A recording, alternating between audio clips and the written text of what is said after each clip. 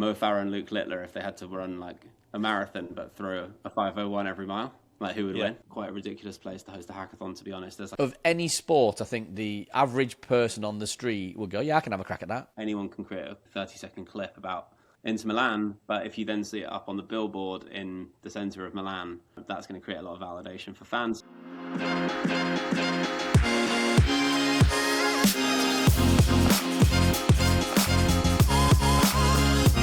Hello and welcome to this week's edition of the Attention Shift podcast. As ever, I'm joined by Andy Marston. Andy, good to see you. Yeah, great to see you, Ed, from the lovely Lake Como. Exactly, yeah, lovely stone backdrop. Definitely better than my shelving. Right, I'm going to jump straight in. So, hot off the press, because it broke today as we recorded, Netflix have announced that they're doing a show with Luke Littler. So basically, you can beat Luke Littler. They're going to do open casting around Manchester and London in September. The plan is to select 20 contestants from the public. Interestingly, I don't think it's Netflix trying to compete for live darts right here. They're trying to create something new. And I saw the video as well. It was great how they did it, where Luke Littler's looking through loads of tweets, basically, because people are always doing it, saying that they could beat him.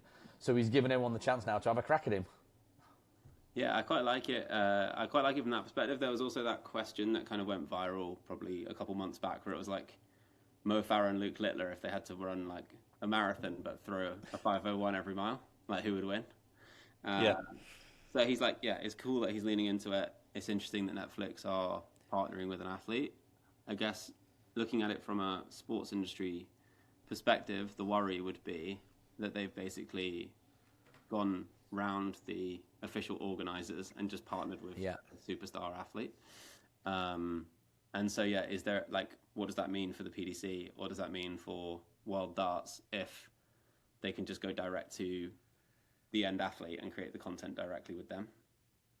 Yeah, I suppose there's a flip side to that as well, right? And I don't know what the viewership of darts is in the Netflix world, but I guess what it is doing is it's opening up to a world outside of the norm across Netflix, who potentially get exposed to darts that might not have been exposed to darts as well. So, but there's a little bit of both, without a doubt. But what I do like about it is, I mean, look, first off, they're giving away £501,000, so as a nod to sort of 501. But I think of any sport, I think the average person on the street would go, yeah, I can have a crack at that. I can have a crack at beating him. There's many that try it. I know quite a few in our office are regularly trying to have a go at improving their averages. But I think there's lots of people out there who are confident enough to think they could probably take him on. Probably stupidly, but yeah, they will think they can have a go at it. Yeah, it definitely leans into kind of like the game show style that obviously works pretty well on TV, and Netflix would already be pretty confident of that. And actually, like, it's kind of a throwback to an old game show, right, of Bullseye.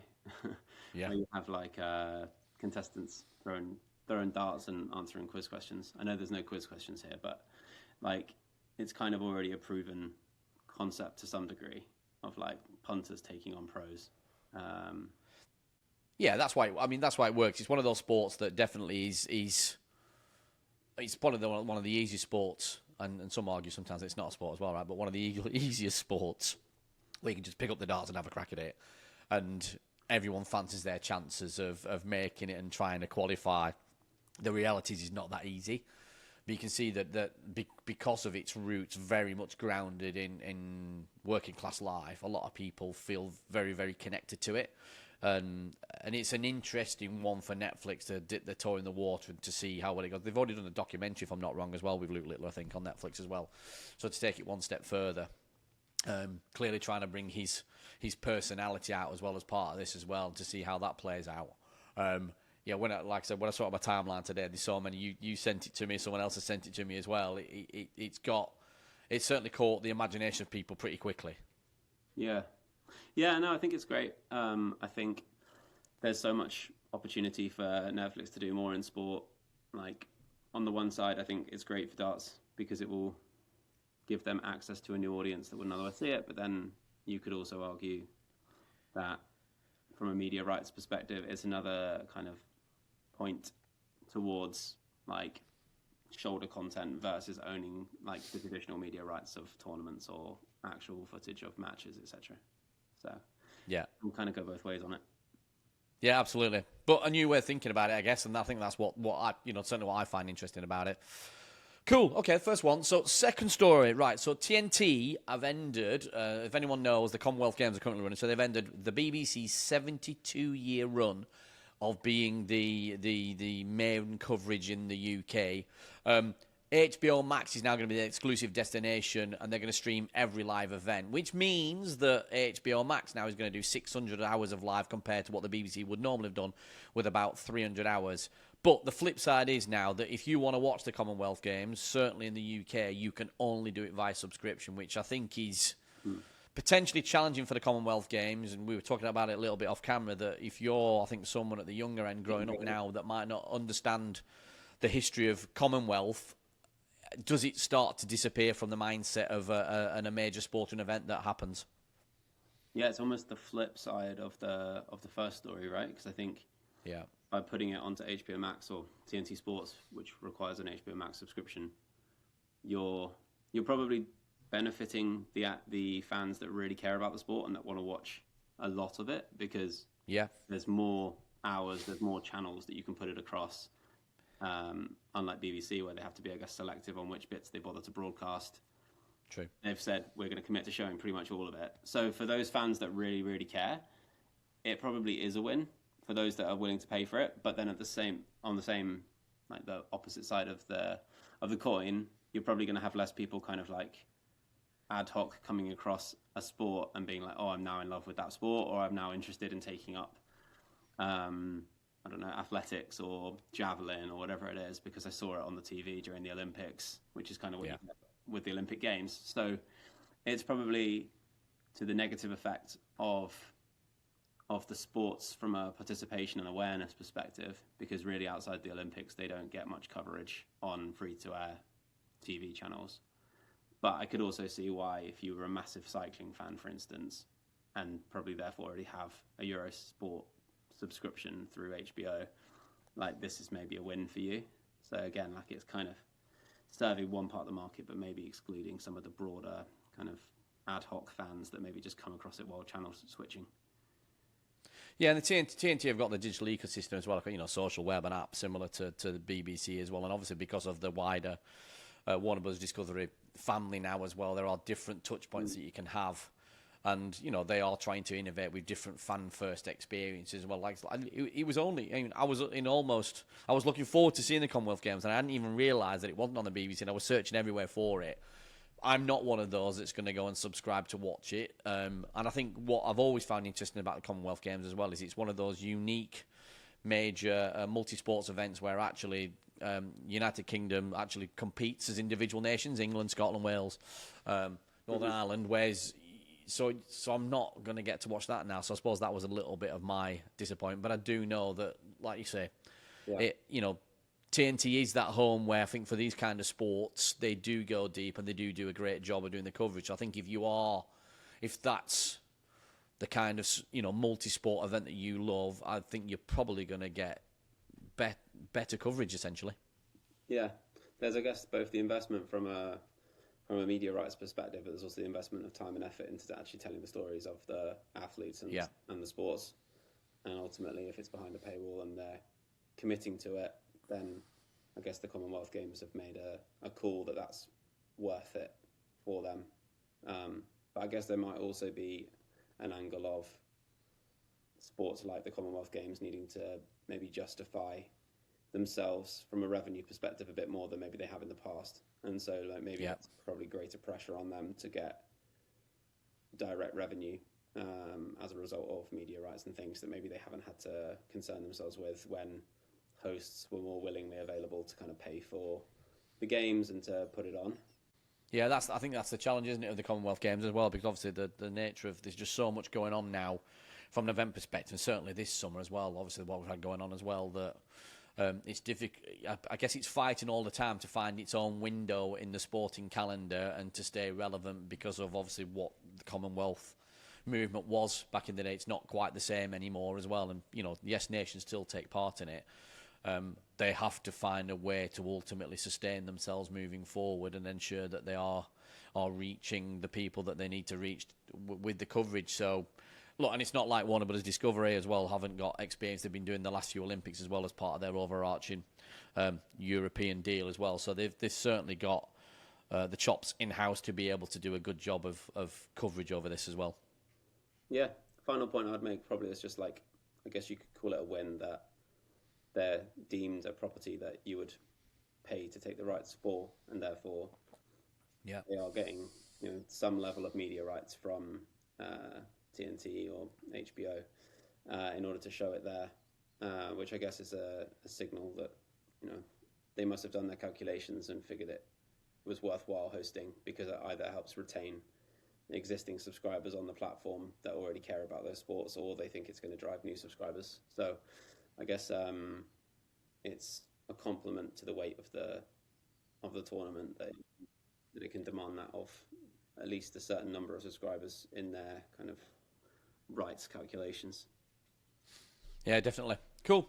Okay, third story. So it's obviously we can't have a attention shift pod without a story about YouTube.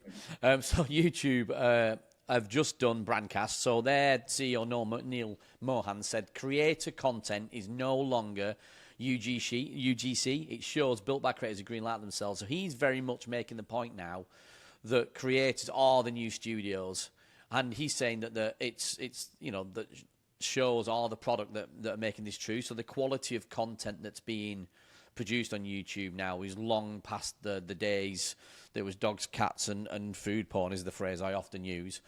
People now are really, really investing in making high quality content, and for many, YouTube is effectively TV. That's where they get their high quality content, and the nature in terms of how discovery works on YouTube as well is if you like something, then it will show you similar kinds as well. So it's interesting that this constant, I guess, drive that the CEO there is pushing towards making sure that YouTube is seen as premium, because ultimately that is ad money, right?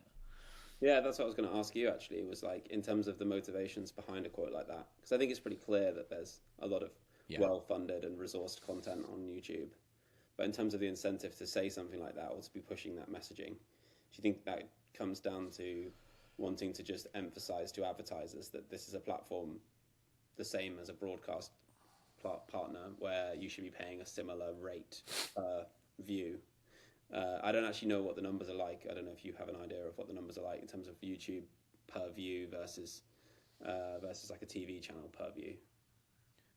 Yeah, I don't know. Off the top of my head, I don't know the numbers, but I do know that they're significantly less on YouTube than they are on TV, because TV always has, or traditional media always has this viewpoint that it's brand safe compared to YouTube, because it has to go through the trials and tribulations of the content being approved. Because if the content has not been approved, something can make something on TV, but if the general public complain about it, it can be taken down, and then potentially you can lose your license. The same doesn't naturally occur on YouTube, and the argument always is, oh, you're paying a premium for that. I'm not sure if I agree with it. Well, I don't agree with it. But I think that has always been the narrative. So yes, it is significantly less the CPM on YouTube than it is on TV, but I couldn't tell you an exact figure. Yeah. Yes, it's probably an argument that he's trying to make in order to push up the CPM for YouTube, which is probably a fair argument to be trying to make. But I guess, it comes down to, I guess, being able to push that higher quality content, or I guess creating those safeguards for certain brands that they're only appearing next to videos of a certain quality or a certain caliber. Yeah. Which is maybe what they want, maybe what they're aiming for with this kind of like branded show element. Absolutely. I think, we talked to, I've certainly talked to Paola about it from Buzz My Videos. I'm sure you have too, where, she talks a lot about the creative things you can do with archive that wouldn't necessarily work in a similar kind of way across a traditional media distribution, I guess, that you can find new homes for that kind of content, and that people do seek that out. It doesn't always have to be new content. It doesn't always have to necessarily be rights-based either. A lot of the things that have been successful around the World Cup this summer have been very much about personalities. Trevor Noah has been doing watch-alongs, and for the last one he did it actually out of one of the stadiums, but he's been doing watch-alongs with friends of his and been given a different perspective. So you get the comedic angle to Trevor Noah and the people he brings along, but ultimately he's incredibly knowledgeable about the football too. And again, people tune in for the personalities, tune in for the knowledge, tune in for, hopefully laugh and a joke and feel like they're part of that watching experience, which is very different. And also, you're not, I guess when you're on YouTube as well, you're not bound by a schedule, right? You go live when you want to go live, you finish when you want to finish, you can be on for as long as you need to be as well. It gives you a unique perspective in that sense. It allows you to effectively run a channel of sorts at a fraction of the cost of trying to have a channel license for an EPG. Yeah, and there's actually a really good argument that was made by Prof G. He has a podcast called Prof G Markets, and he got asked a question about the Stephen Colbert show, which is like the late show. It's like a late night TV show in the US. I think it got cancelled. There was some pressure around Stephen Colbert from the US administration, and so it got cancelled. But he was basically saying he'll come back as a podcast with 5% of the production cost of putting on the late night TV show. Probably end up earning the same, if not more, personally, through advertising and endorsement deals. But there's just like, and then Netflix will buy it. And there's just way less cost of production versus trying to do a TV show. So I mean, if you're basically you're squeezing the production costs, but you're also able to make similar amounts, if not more, money, pushing across YouTube and then clipping it and sharing it across all the other social platforms. It's a very good episode, which is worth seeking out because he says it much more eloquently than I've just described it. But we can move on to the next. We'll get that link. We'll get that link on you. We'll put it into the show notes if anyone wants to listen or watch that, because it is interesting. I think there's been a lot of talk about that, and I think everyone's waiting to see what Stephen Colbert's going to do next. But I imagine he's definitely going to do what you've just described, because it does make total sense, and he is big enough that people will want to watch his content without a doubt. Okay, cool. So, story 4 then. So the Green Bay Packers are now, they're making the next step into own club media. They've just built a 2,600 square foot content studio inside Lambeau Field, running full live production in-house. Look, it's the same model that we've been seeing at Premier League clubs. We work with about a quarter of the Premier League as well already. We're doing pre-match, post-match, midweek live shows. They've been investing in those formats for years. In a lot of ways, the NFL and certainly US sports franchises have not been able to do that on a club-by-club basis because of the different restrictions around how media rights are traded in North America. But I think there's been this push where they're saying, look, we want to be able to create new formats because ultimately it's an opportunity for us to monetize. And the reality is, NFL, you want us to monetize, right? And this is the way we do it through content.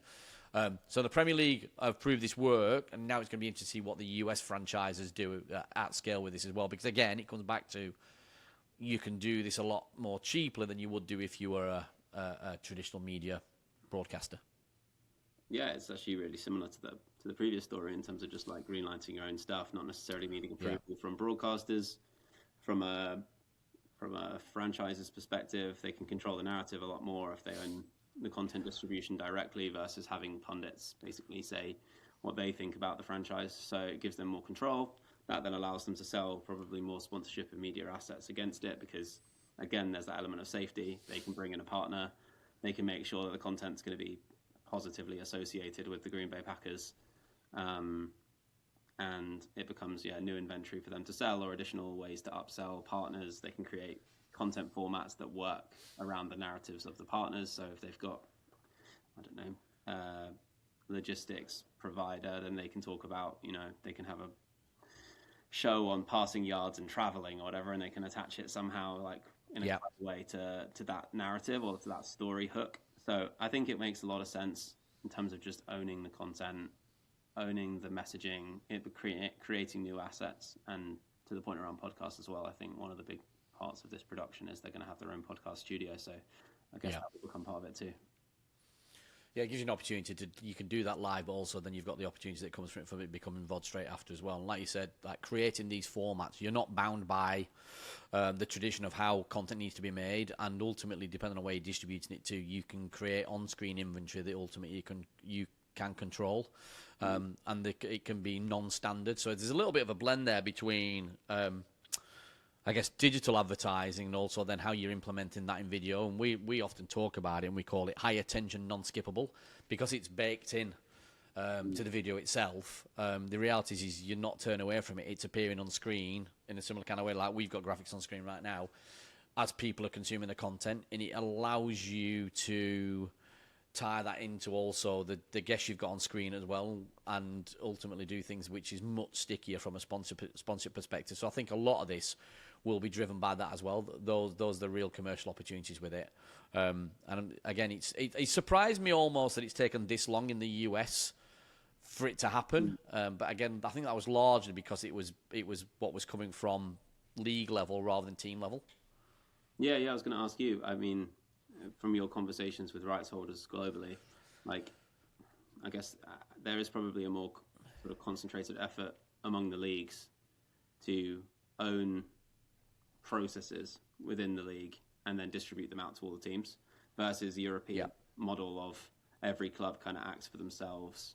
And yes, they're part of a league entity, but there's a lot less control from the league in terms of the processes of like how a team should go about acting in a certain way, or which technology they should use, or what processes they should be implementing. It feels like there's more of a kind of top-down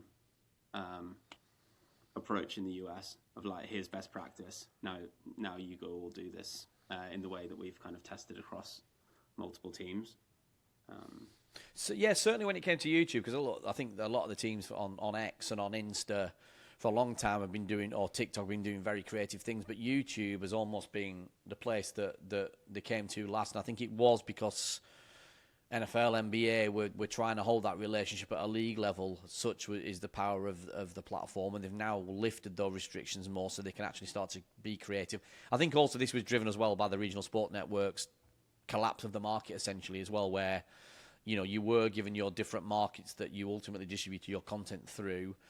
So I guess in a lot of ways they looked at video distribution like that, certainly live and long form, as the domain of the regional sport network rather than the domain of YouTube, and they were happy to go that way with it, because some of those regional sport network deals that the franchises had were huge numbers, right, that they couldn't replicate in a YouTube world. Now, needs must, they've had to cut their cloth accordingly, which we're starting to see it.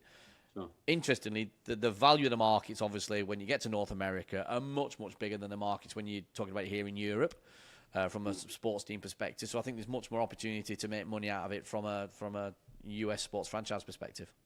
Yeah, and YouTube has a TV broadcast deal with the NFL, right? So there's probably already naturally NFL fans on YouTube watching NFL-related content, or going to YouTube for NFL-related content. Last thing I wanted to ask you on this one before we go on to the final topic was just, like, in your opinion, like, how have you found the difference between sort of club or franchise-owned podcasts or content series versus, obviously, YouTube probably already has no shortage of Green Bay Packers fan content, whether it's, podcasts from super fans or podcasts from ex-players. Like, what do you think they need to do in order to actually create a sizable audience and retained audience as it relates to a kind of an in-house podcast? I think often I feel like they're almost too polished, trying to be too broadcaster-esque. I think they almost need to be a bit more relaxed, a little bit more like the creators would create the content themselves. And I think there's one thing that they have that often the creators don't have is access. I always think about when I used to work in football years ago, I always used to marvel what it was like to go into even the laundry room, right, and to see who was floating around and the players coming in and out. That kind of access that no one ever sees, that only the club themselves can do, is the kind of stuff that I know from my perspective when I was around it, I knew that I would want to see that. And I think there's much more that the clubs could be doing to go behind the scenes and to create, whether it's live, whether it's long-form content, within the bowels of their facilities that fans never see. Because the idea of, doing a pod at the corner of a pitch, everyone with suits on, like, we see that all the time by traditional media. And I'm not saying that's wrong for traditional media to do that. I just don't think we necessarily need to see it from the clubs, because I don't think it's a point of difference. I don't think it shows anything different from what a media company would do when they've got infinite opportunity to go and be in the stands or be anywhere else for that matter and create a different kind of programming with infinite access. Yeah, one club that's done it quite well in the UK is Chelsea's women's team. They basically take it in turns to have the players host the podcast, which I think is quite smart doing it. But I like that.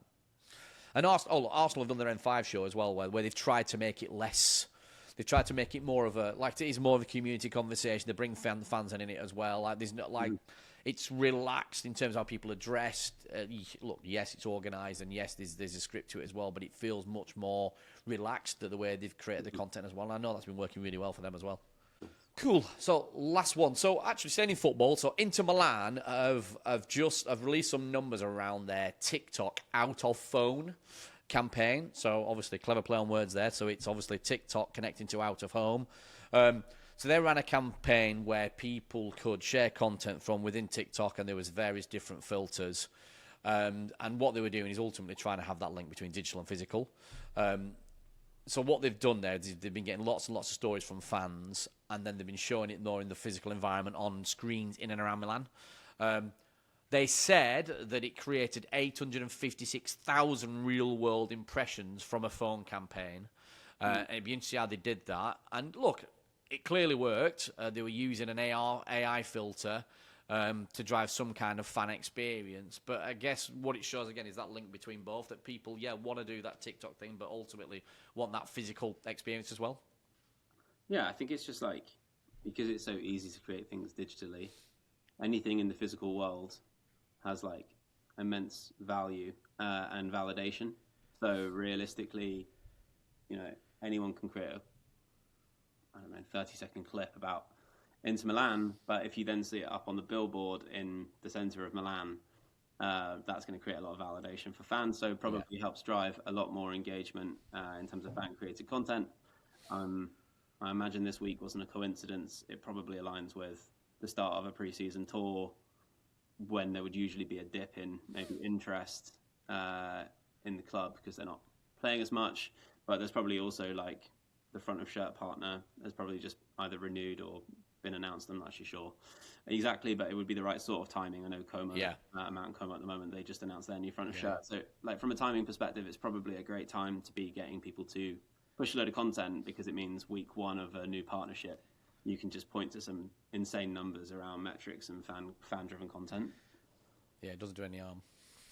But I think it's that physical digital thing that you pointed to, as everything becomes so easy to create online, the thing that creates the barrier, or the barrier is the physical, right? So as the club, as TikTok, how do you give the fans access to something that they can't otherwise do, which is appear on a billboard in the centre? And then funnily enough, there's probably then impressions on impressions, right? Because there's impressions of that content on the screen, and then there's people filming the content on the screen and then posting it back to TikTok to say, look, my thing's on the screen. Yeah. They were saying that ad recall increased by 23% as well. But look, I suppose the reality with that is because they made it more memorable, it was sticky, and ultimately they're more likely to remember it, right? Which is, I guess, the 101 really is when you're going to create a campaign, trying to make it memorable in some way, shape or form. And like you said, the reality is the people who are finding it on TikTok anyway are probably going to find it there anyway. But the people who are seeing it on the out-of-home screens, that's potentially going to drive them to go to TikTok to take part in this as well. So it does reach potentially a more diverse and a wider audience than it would do if it just stayed where it was. And look, right, if you're doing that in the centre of Milan as well, I'm sure they'd love the idea that it was annoying AC Milan fans as well at the same time. Yeah, I mean, they're used to sharing facilities, so can share the billboard. Absolutely. Cool. Before we finish off, Andy, so you've been in Como. We touched it a little bit last week, didn't we, while you're out there? But do you want to do a bit of an update of what you've been up to and what the weekend's been like? Yeah, I mean, so we're midway through the events from my perspective. So we did a hackathon, which was Como 1907 hosted a hackathon in a villa. Quite a ridiculous place to host a hackathon, to be honest. There's a giant chandelier hanging over your head, and a view of a lake as you look out the window. So, I mean, personally didn't spend too much time looking at a screen. But thankfully, the guys who were in charge of hacking were still able to get a lot done. The productivity was pretty high. The results from Como and Google DeepMind, who were supporting the event's perspective, they were really happy with what came out of it. 2 days really of just kind of activating and amplifying the work that Como is doing to push innovation forwards, both in Italy but also across Europe. And we were there just to kind of help facilitate and amplify these kind of events. And we made the introduction initially to DeepMind. But Como deserve a lot of the credit because it's their hard work that made it actually happen. No, it's cool. Look, I've seen quite a lot about, again, across my social media this week about Como and what they did with the kit campaign as well, how they went out in the streets, and they just seem to be doing one thing after another at the moment to stay in the cultural mindset of football fans in general, not just Como fans. So I'm sure it was amazing to be around all of that this weekend with everything going off as well. I'm sure. Are you going to write more about this in the newsletter as well in the next edition? I'll probably touch on it, yeah. I always try to tread the line carefully between just like overt self-promotion and providing stuff that's genuinely interesting and valuable and fair enough, insightful to people. So yeah, definitely we'll cover it again, but we'll see when I get around to that. Perfect. Well, look, enjoy the rest of the time in Como. We've been the Attention Shift Pod. If you want to get in touch with us, you can email us at hello@attentionshift.media. Other than that, I've been Ed Abbas. It's been Andy Marston, and we'll see you again next week. If you enjoyed this conversation, please don't forget to hit that subscribe button for more videos just like this. And make sure you smash that bell icon too, so you're always the first to know exactly when a new episode drops.